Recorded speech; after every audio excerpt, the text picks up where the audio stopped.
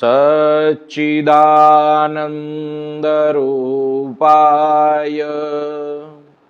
विश्वोत्पत्त्यादिहेतवे तापत्रयविनाशाय श्रीकृष्णाय वयं नुमः। सूर्यमंडल स्थित भगवान श्री सूर्य नारायण, जो कि मेरे परम आराध्य परम गुरुवर सर्वे सर्वा, उनका ध्यान करते हुए, उनकी वंदना करते हुए, उनको प्रणाम करते हुए, अज्ञानतिमिरान्धस्य ज्ञानाञ्जनशलाकया चक्षुरुन्मीलितं येन तस्मै श्री गुरवे नमः। तस्मै श्री गुरवे नमः। तस्मै श्री गुरवे नमः।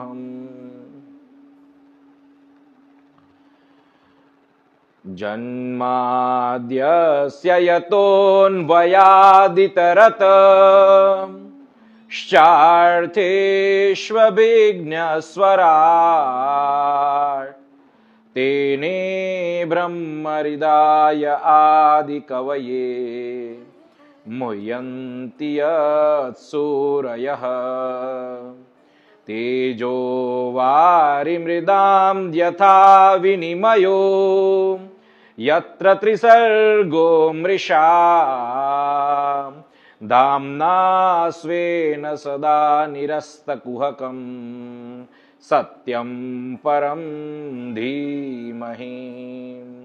धर्मः प्रोच्चितकैतवोऽत्र परमो निर्मत्सराणां सतां वेद्यं वास्तवमत्र वस्तु शिवदं तापत्रयोन्मूलनम्। श्रीमद्भागवते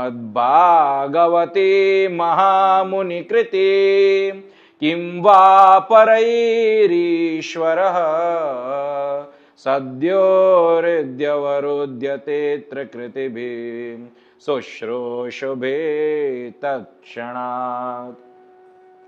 निगमकल्पतरोर्गलितं फलं शुकमुखादमृतद्रवसंयुतं पिबत भागवतं रसमालयं मुहुरहो रसिका भुवि भावुकाः। मुहुरहो रसिका भुवि भावुकाः। नारायणं नमस्कृत्य नरं चैव नरोत्तमं देवीं सरस्वतीं व्यासं ततो जयमुदीरयेत्। ततो जयमुदीरयेत्। बोलो कृष्ण कन्हैया लाल की जय। श्री गोवर्धननाथ की जय। श्री गिरिराज धरण की जय। श्री वृंदावन बिहारी लाल की जय। ओम नमः पार्वती पतये हर हर महादेव हर। आज हम भगवान नाम का महिमा, भगवान के नाम का महिमा, जो श्रीमद् भागवत में षष्ठम स्कंद में जो वर्णित है अजामिल उपाख्यान के नाम से, उनका श्रवण करेंगे। और वैसे भी आज तो द्वादशी है, विशेषतः जो वैष्णव लोग हैं यहां पे उपस्थित, उनके लिए वो उत्तम तिथि मानी गई है। और अन्य भी जन हैं, उनके लिए भी श्रीमद् भागवत कथा का श्रवण, नाम महिमा का श्रवण अत्यंत लाभदायी है।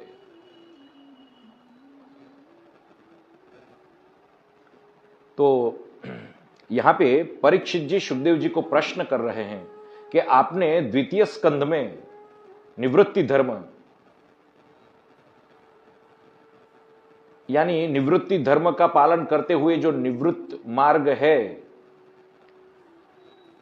अर्थात ध्यान आदि के द्वारा जो जीव की ब्रह्मलोक में गति होती है और फिर वहां से उनके पुण्य द्वारा, उनके अधिकार के द्वारा वो जो मार्ग, यानी वैकुंठ गोलोक आदि, जो भगवान का भक्त है उसकी तो वैकुंठ गोलोक आदि में गति होती है। अन्य लोगों की उनके पुण्य और पापादि के द्वारा ऐसी गति होती है। और जो मुक्त संगी होते हैं, जो मुक्त जीव होते हैं, वो तो साक्षात ब्रह्म स्वरूप ही धारण करते हैं। अब कहते हैं तृतीय स्कंद में आपने प्रवृत्ति मार्ग आपने दिखाया और उसमें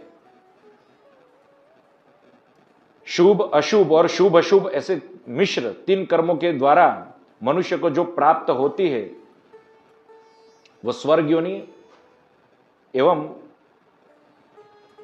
नरक योनि, स्वर्गलोक एवं नरकलोक, ये दोनों के विषय में आपने बताया। तो अब ये हमारा मूल प्रश्न ये है, आपने नरक का वर्णन भी किया सब कुछ, लेकिन मूल प्रश्न ये है कि अधुनेह महाभाग यथैव नरकां नरः नानोग्रयात नान्ये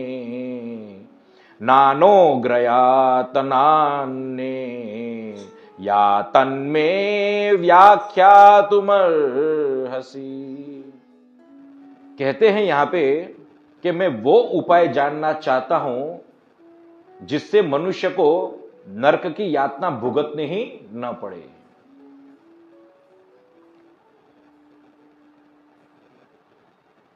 अब सुखदेव जी कहते हैं उत्तर में कि देखो, मनुष्य कर्म करता है तो उससे पाप और पुण्य दोनों संभव है। अब ये जो पाप और पुण्य है, उसमें जो पाप है उसका यदि प्रायश्चित न करे मृत्यु से पहले, तो निश्चित रूप से उसको अधोगति प्राप्त, उस पाप के अनुसार उसका फल प्राप्त होगा, वो चाहे अधोगति हो या नरक हो। और कही बात कि पाप में भी कितनी तीव्रता से पाप किया है, वो पाप कितना बड़ा पाप है, गुरुता और लघुता, साधारण पाप है या उग्र पाप है, महापाप है या सामान्य पाप है। तो उस पापों के अनुसार उसका प्रायश्चित भी बताया है शास्त्रों में, स्मृति पुराणों में। विशेषतः हिंदू वैदिक सनातन धर्म के मूल ग्रंथ ऐसे, मूल स्मृति ऐसे, मनुस्मृति में 11वां अध्याय जो है वो प्रायश्चित के लिए बताया गया है और उसी पर से ही फिर अन्य स्मृति आदि जो लिखी गई है। तो कौन कौन के पाप के लिए कौन कौन सा प्रायश्चित है वो उसमें बताया गया है। और उसमें तो वर्ण अनुसार बताया गया है कि ब्राह्मण ये पाप करता है तो उसके लिए ये प्रायश्चित है, क्षत्रिय वैश्य शूद्र सभी के लिए जो जो पाप करते हैं तद अनुसार उनके लिए प्रायश्चित बताए गए हैं, तो वो प्रायश्चित कर लेने चाहिए। तो अब यहां पे राजा परीक्षित बहुत गंभीर प्रश्न पूछता है। कहते हैं दृष्ट श्रुताभ्याम यत् पापम जानन्नप्यात्मनो हितम करोति भूयो विवशः प्रायश्चित्तमथो कथम। कहते हैं भगवान, ये जो मनुष्य है ना, ये जानता है कि ये राजदंड है, समाज में ये दंड प्राप्त होता है ये पाप करने से। शास्त्रों में बताया गया है कि ये पाप करने से लौकिक और अलौकिक प्रकार की ये यातनाएं होती है, ये नरक होते हैं। लेकिन फिर भी ये जानते हुए भी वो पाप कर्म करता है।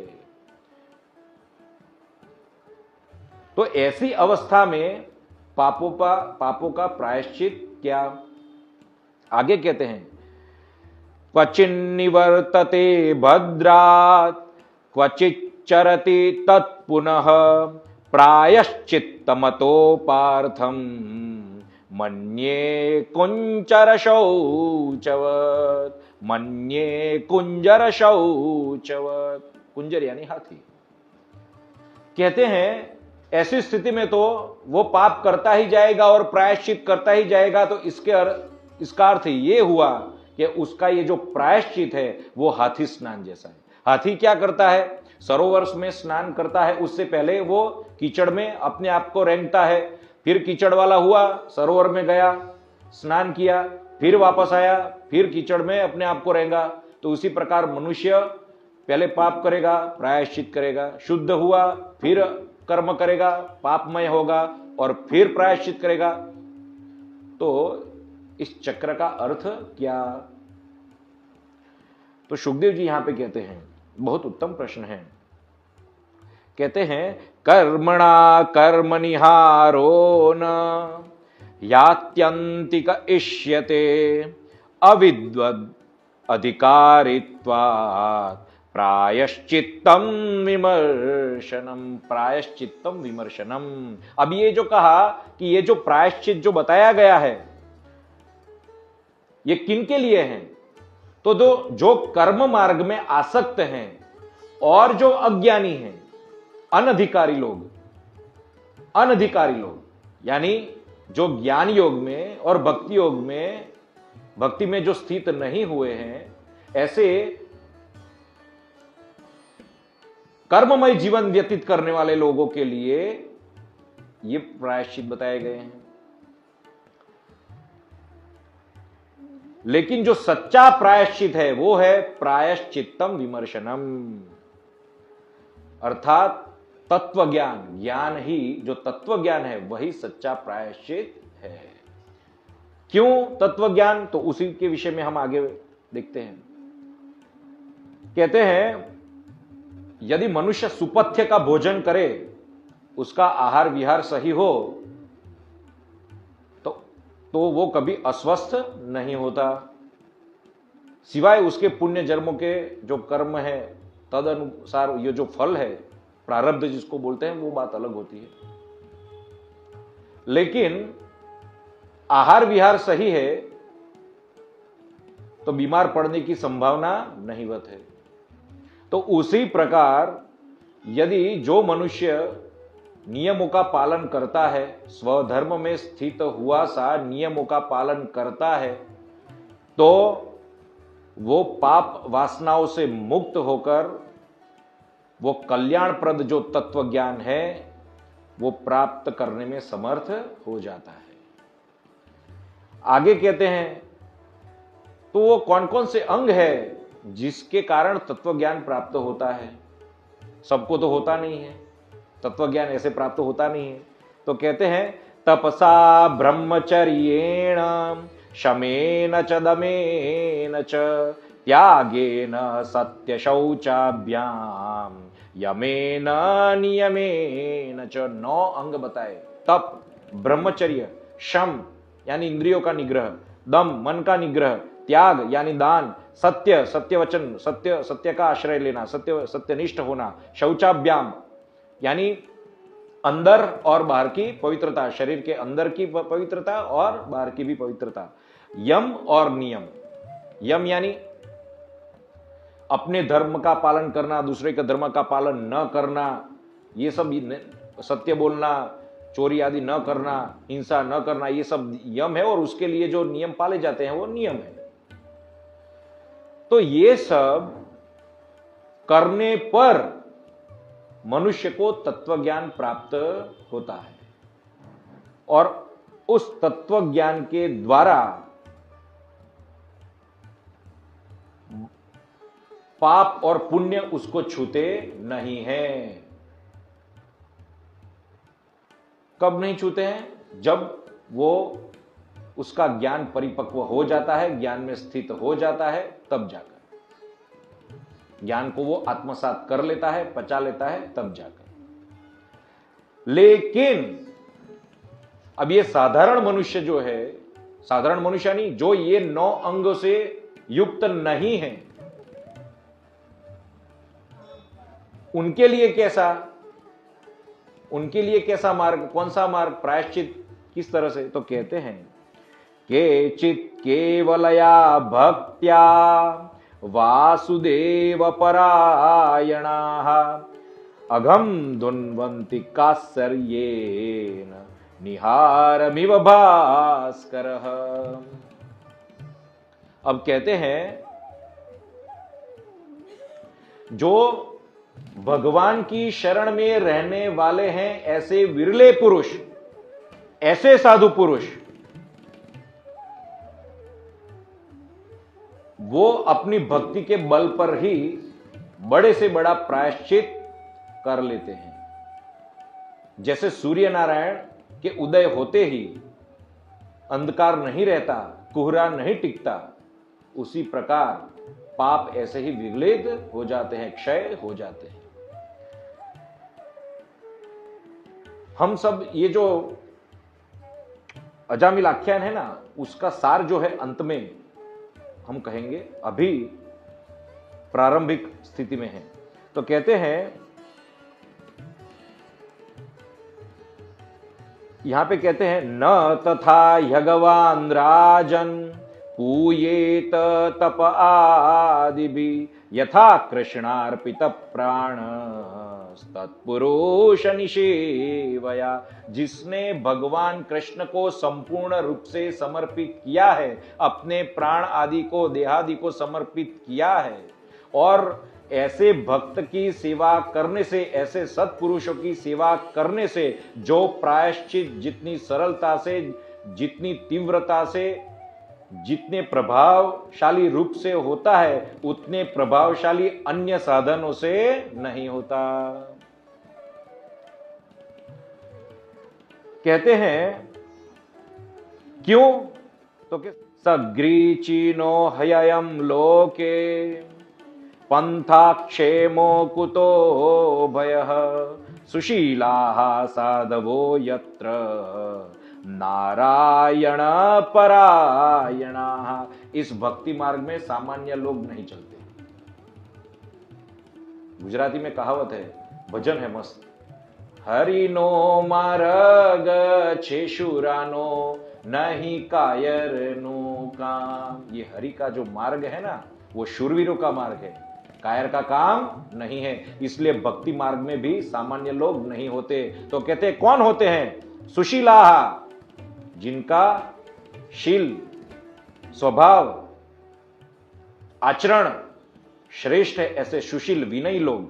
साधवो, सत्पुरुष, सत्पुरुष जो स्वधर्म में स्थित है, ऐसे साधु पुरुष। नारायण परायणाः, जो नारायण को परायण है, ऐसे लोग इस भक्ति मार्ग में होते हैं। तो कहते हैं, यहां पे दृष्टांत देते हैं सुखदेव जी कि गंगा नदी भी हो, गंगा का जल भी क्यों ना हो, लेकिन अपवित्र यानी मदिरा जैसे अभक्ष्य यदि कोई घड़े में रखा हो, तो गंगा जल उसे पवित्र नहीं कर सकता, नहीं कर सकता। आपने सुना होगा कि गंगा, लेकिन आपने ये सुना है कि मलिन जल यदि गंगा में चला जाए तो गंगा के दोष नहीं देखते, गंगा वो मलिन जल का भी दोष नहीं देखती, और गंगा उसे पवित्र कर देती है। और सत्पुरुष लोग गंगा में वो दोष नहीं देखते, गंगा मानकर ही अपने आप पर जल छिड़क कर पवित्र कर लेते हैं। लेकिन यहां पे ये है कि पूरा घड़ा ही मदिरा आदि से भरा है, तो गंगा उसे पवित्र नहीं कर सकती। तो उसी प्रकार जो मनुष्य भगवत विमुख है, भगवान से विमुख है, और चाहे कितने बड़े बड़े प्रायश्चित कर्म कर ले, उनके पापों का प्रायश्चित नहीं होता। और आगे कहते हैं, तो किनका होता है? तो कहते हैं, सकृन्मनः कृष्ण पदारविन्दयो निवेशितं तद्गुणरागियैरिह न तेयमं पाशभृतश्च तद्भटान् स्वप्नेऽपि पश्यन्ति चीर्ण निष्कृताः। बहुत सुंदर श्लोक। कहते हैं, जिन्होंने अपने मन को, कैसा मन?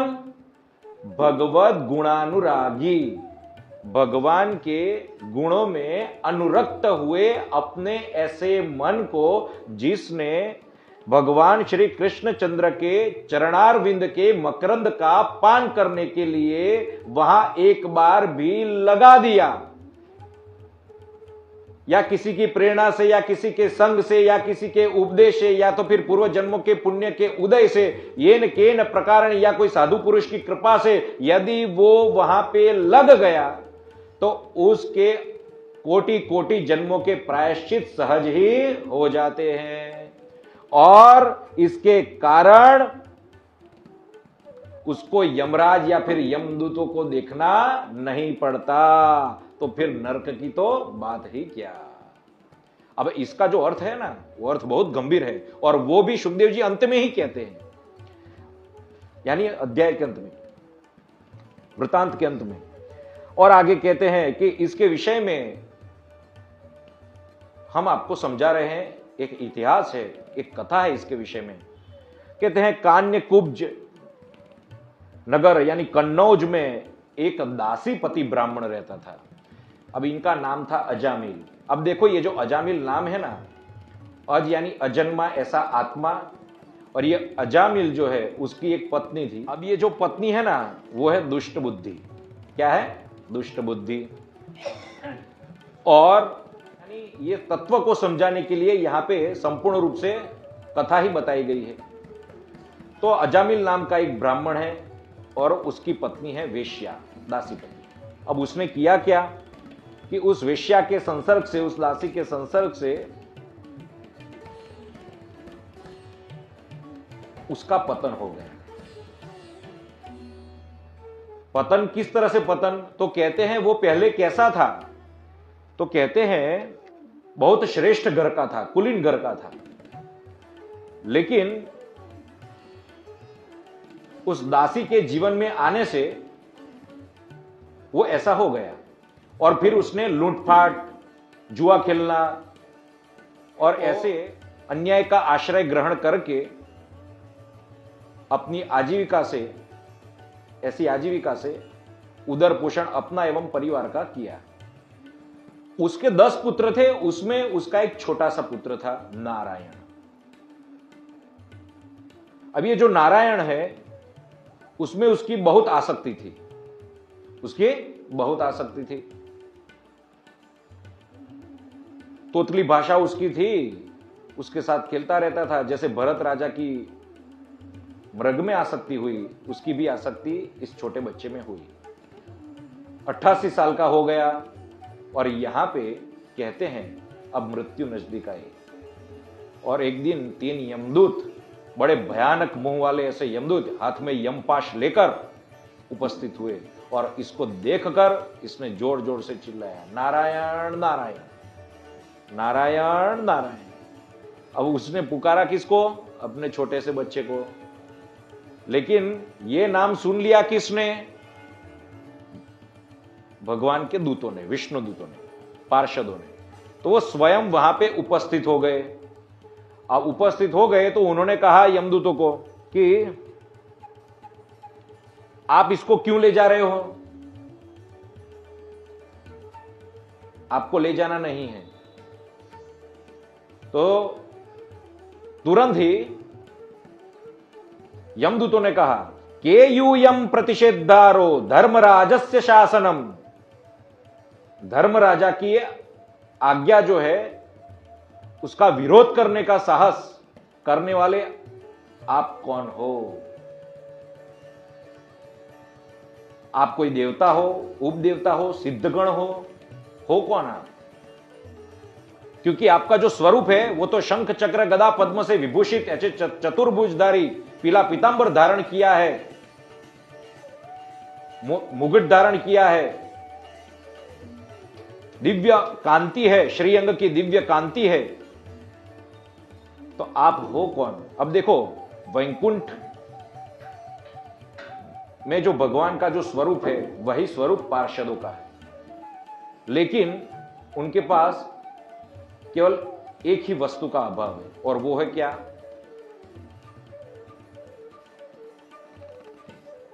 वक्षस्थल में श्रीवत्स का चिन्ह नहीं है। लक्ष्मी जी केवल और केवल भगवान के पास, बाकी सब कुछ समान। तो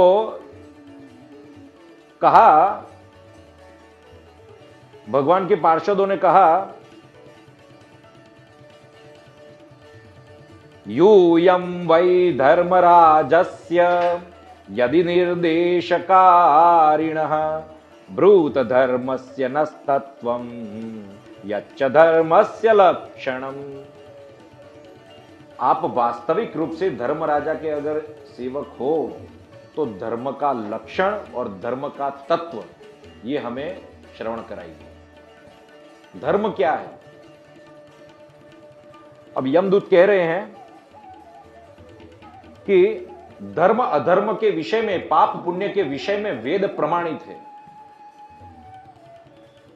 वेद प्रणिहितो धर्मो यह धर्मस्तद विपर्ययः वेदो नारायणः साक्षात् स्वयंभूरित शुश्रुम।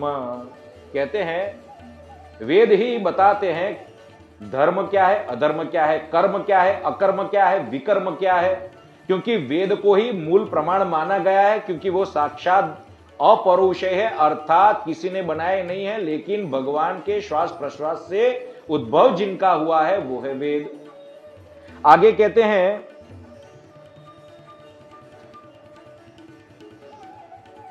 तीन गुणों के अनुसार कौन सा पवित्र कौन सा अपवित्र, उसके गुणों के अनुसार ये जो पदार्थ है वो भगवान को ही आश्रय मानकर वहां पे स्थित है, और वेद ही उनकी नाम गुण कर्म रूप आदि के द्वारा उनकी भिन्नता पृथक पृथकता सिद्ध करता है।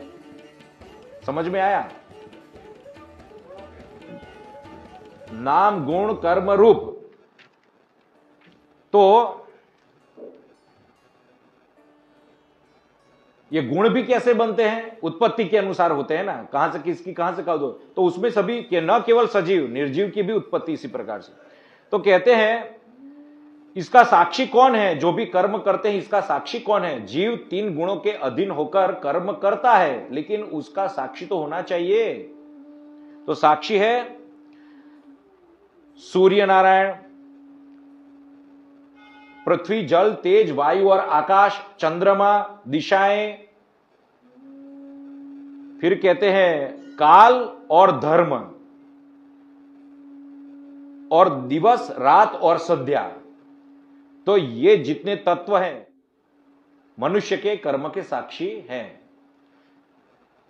पहले मैंने सुना था कि एक मनुष्य चोरी कर रहा था, उसने आसपास सब जगह पर देखा कि कोई मुझे देख तो नहीं रहा है, लेकिन ऊपर देखना भूल गया, ऊपर देखना भूल गया।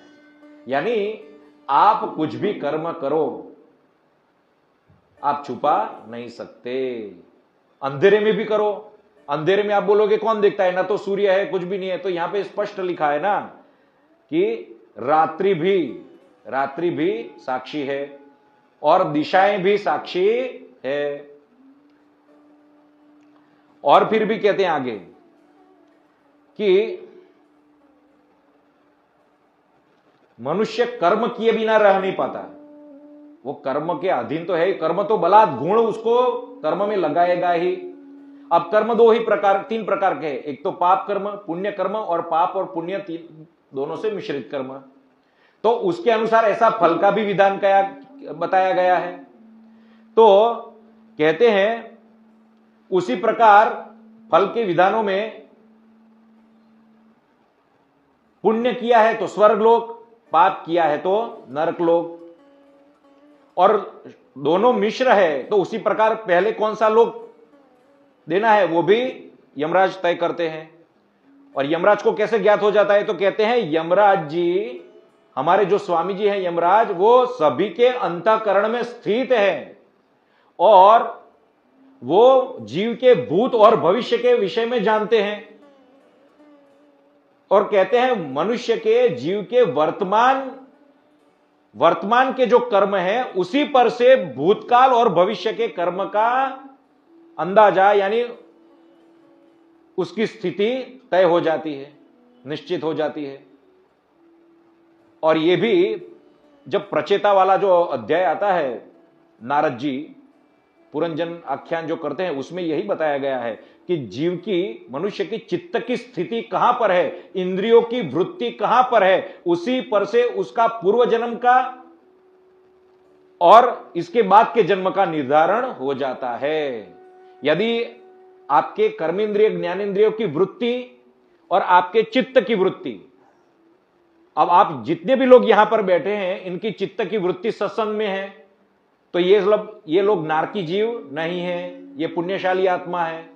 यानी भूतकाल में आपने पूर्व जन्म में बहुत अच्छे कर्म किए थे, इसलिए यहां पर आप उपस्थित हो और आपकी गति श्रेष्ठ ही होने वाली है, यह भी बता देती है क्योंकि आप सत्संग श्रवण कर रहे हो।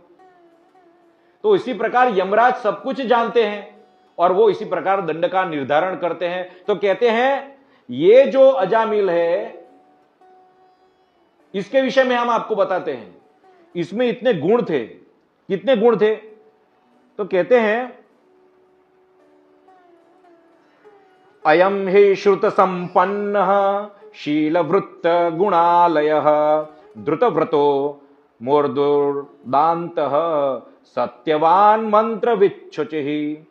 आगे कहते हैं कि शील, सदाचार, शास्त्रज्ञ था, सद्गुणों का खजाना था, ब्रह्मचारी था, विनयी था, जितेंद्रिय था, सत्यनिष्ठ था, मंत्रवेता था और पवित्र था। अजामिल पहले क्या था आप सुन लो। और गुरु, अग्नि, अतिथि और वृद्ध पुरुषों की सेवा भी करता था। उसको अहंकार भी नहीं था ये सब का कि मैं श्रेष्ठ हूं, श्रेष्ठता का अभिमान भी जिसको नहीं था, ऐसा अजामिल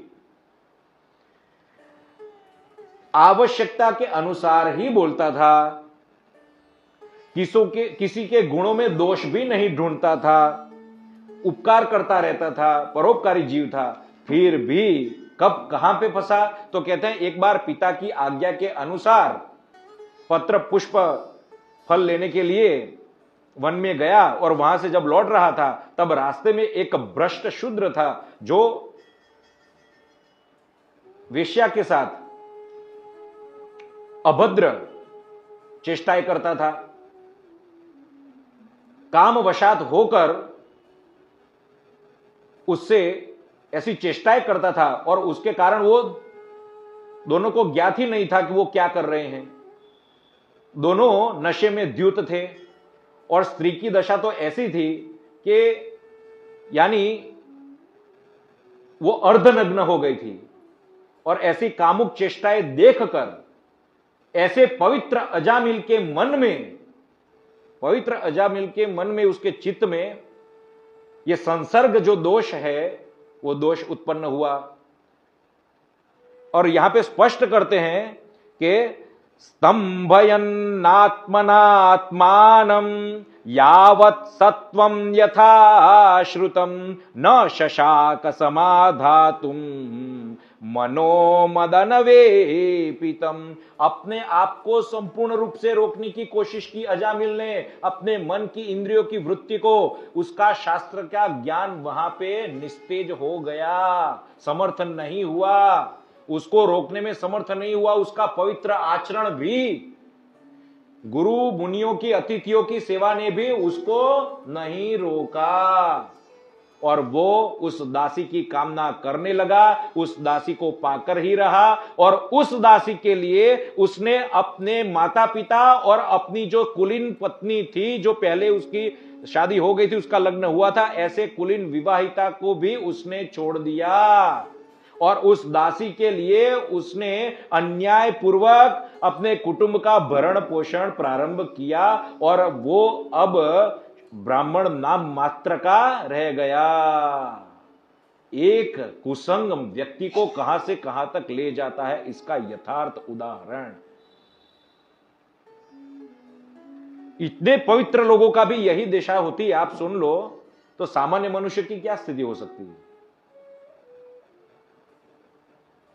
तो यहीं पे अब कहते हैं कि किसी साधु संत को घर पे बुलाया था और उन्होंने नारायण नाम रख दिया पुत्र का और उसी नारायण नाम ने आज अजामिल को बचा लिया है।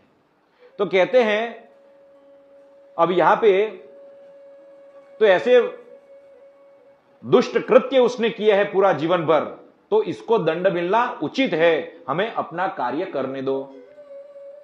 तब विष्णुदूत कहते हैं हमने आपकी बात सुन ली, लेकिन एक बात कहूं, धर्म की सभा में भी ऐसे निर्दोष लोगों को असहनीय नारकी यातना आप दे रहे हो, उनके साथ अन्याय हो रहा है। यमदूत बोल रहे अन्याय कैसे, इसने तो पाप किया है। यहां पे विष्णुदूत कहते हैं, स्पष्ट कहते हैं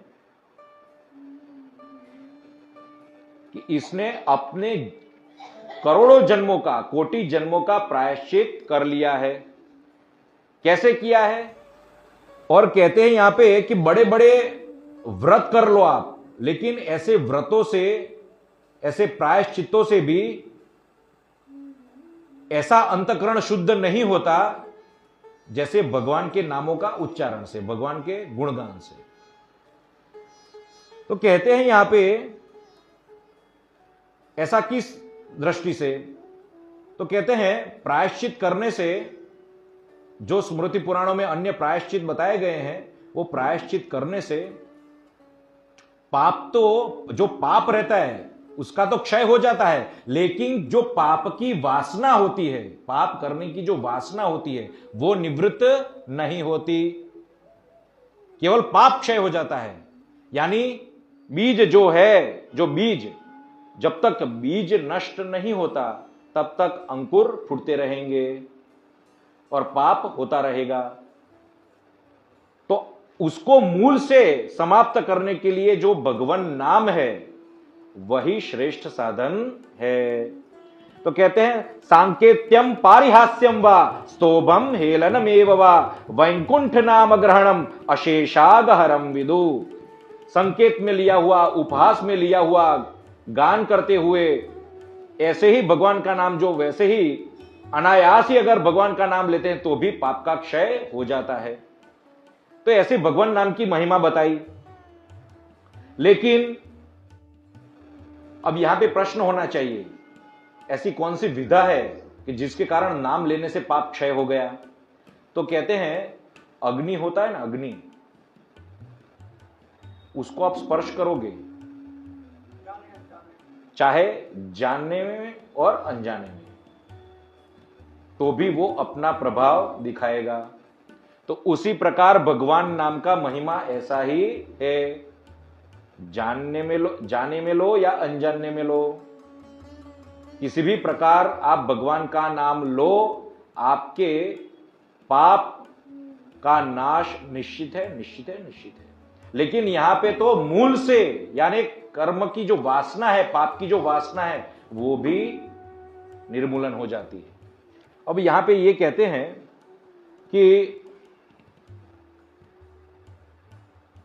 इसी प्रकार यमदूत तो चले गए और अजामिल है वो स्वस्थ हुआ। अनेक अनेक प्रकार के बताए गए हैं, पाप पुण्य आदि। लेकिन शासक भी अनेक अनेक है। यदि शासक अनेक अनेक रह गए तो उसका तो कोई अर्थ ही नहीं है। जैसे कोई सम्राट हो, उसके अधीन अनेक सामंत रहते हैं, लेकिन वो सामंत नाम मात्र के रहते हैं, ऐसे वीर शासक भी नाम मात्र के ही हैं। हम पृथ्वी पर एक जीव को लेने गए थे, वो पापी था, उसको लेकर आ रहे थे और विष्णु दूतों ने उनको रोक लिया। यानी कोई, उन्होंने ऐसा नहीं कहा विष्णु दूतों, उन्होंने ऐसा कोई 4 सिद्ध पुरुषों ने उनको रोक लिया। ऐसा क्यों किया? आपकी आज्ञा की पहली बार जीवन में अवहेलना करते हुए किसी को देखा है। वो कौन थे? ऐसा कैसे कर सके वो लोग? तो तुरंत ही यहां पर यमराज उनको कहते हैं कि आप जिनका नाम ले रहे हो वो कोई और नहीं, लेकिन साक्षात नारायण के पार्षद है, भगवान विष्णु के पार्षद हैं। और आप ऐसा समझ रहे हो कि मेरे से ऊपर कोई है ही नहीं, तो आप भ्रम में हो। तो कहते हैं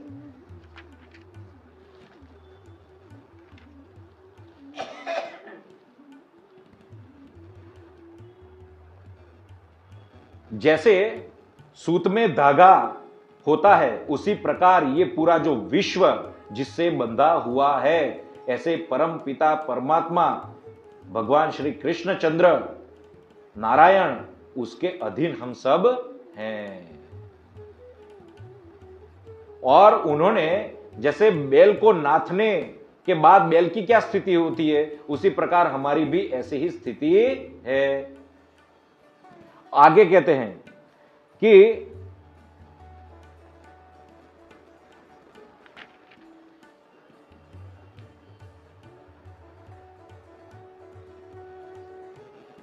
ये भागवत धर्म जो है ना, ये भागवत धर्म कुल 12 लोग जानते हैं। कौन कौन?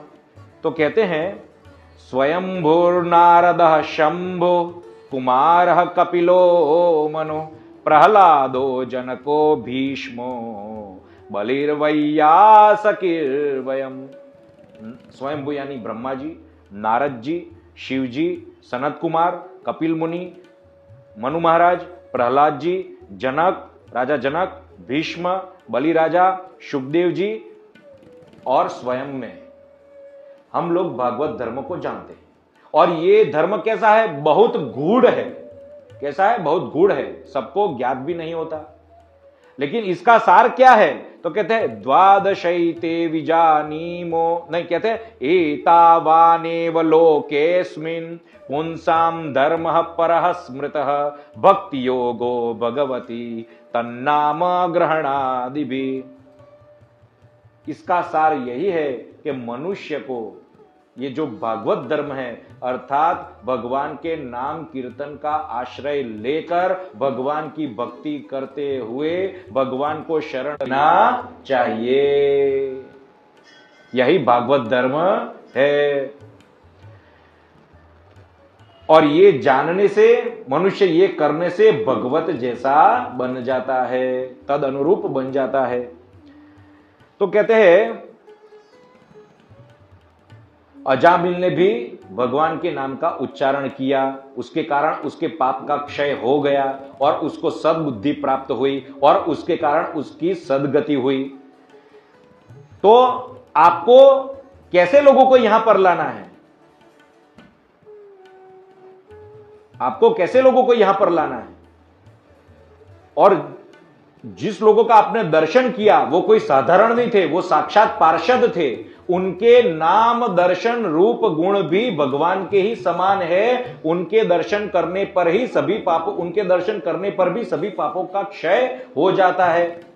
तो कहते हैं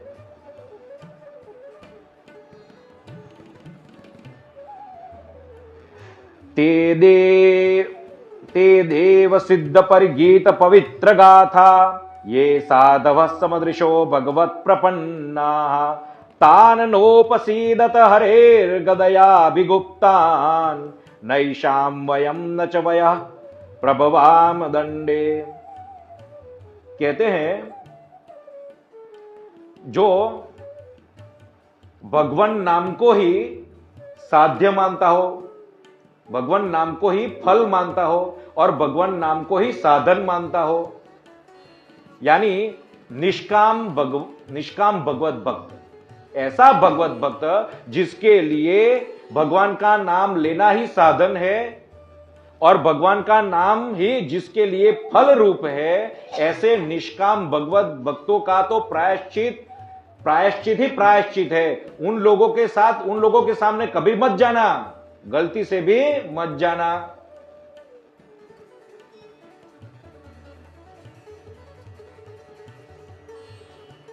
तो कैसे लोगों को यहां पे लाना? तो कहते हैं जिह्वा न वक्ति भगवद गुण नाम धेयम चेतश न स्मरति तच्चरणारविंदम कृष्णाय नो नमति यच्चिर एकदापि तानानयद्वमसतो कृत विष्णु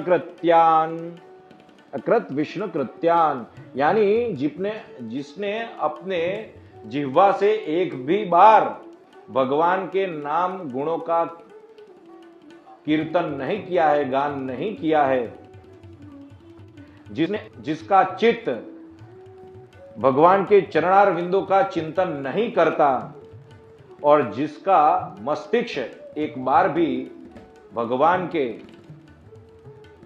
पादार विंद में कभी भी नतमस्तक नहीं हुआ, ऐसे जीव को यहां पर लाना, ऐसे जीव को यहां पर लाना। अब रहेगा, जब तक मनुष्य के लिए कर्म रहेगा तब तक उसके लिए पाप और पुण्य रहेंगे। वो ध्यान से श्रवण करना, यहीं पे उसका तत्व का निश्चय किया गया है। तो पहले मनुष्य क्या करता है प्रारंभिक स्थिति में? सकाम कर्म, फिर सकाम कर्म से धीरे धीरे निष्काम कर्म पर आना चाहिए। सकाम कर्म यानी ये करूं तो मुझे ये मिलता है, ये करूं तो ये प्राप्त होता है, ऐसे कर्म और कर्म फल की जो वासना है वो धीरे धीरे शिथिल हो जाती है। कर्म तो करता है लेकिन कर्म फल की वासना नहीं रखता, तो उसको कहते हैं निष्काम कर्मयोग। कर्म करता है लेकिन कर्म फल की वासना नहीं है, तो उसको कहते हैं निष्काम कर्मयोग। अब ये निष्काम कर्मयोग से धीरे धीरे कर्म की भी वासना नहीं रहती, धीरे धीरे कर्म करने की भी वासना नहीं रहती। और वो कब नहीं रहती? तो कहते हैं निष्काम कर्मयोग एवं भगवान की भक्ति। भगवान का नाम लेते जाते हैं आप, भगवान की भक्ति करते जाते हैं, निष्काम कर्म करते जाते हैं, और ऐसे धीरे धीरे कर्म में भी आपकी रुचि नहीं बनती और आप सन्यासी यानी त्रिदंडी सन्यासी की बात नहीं कर रहा हूं, यहां पे स्वरूप से सन्यास की बात नहीं आती। मन से आप निवृत्त हो जाते हो। क्या हो जाते हो? निवृत्त, प्रवृत्ति से निवृत्त, अर्थात जो निवृत्त हो गया है कर्म, केवल हरि नाम, और उस हरि नाम के प्रभाव से फिर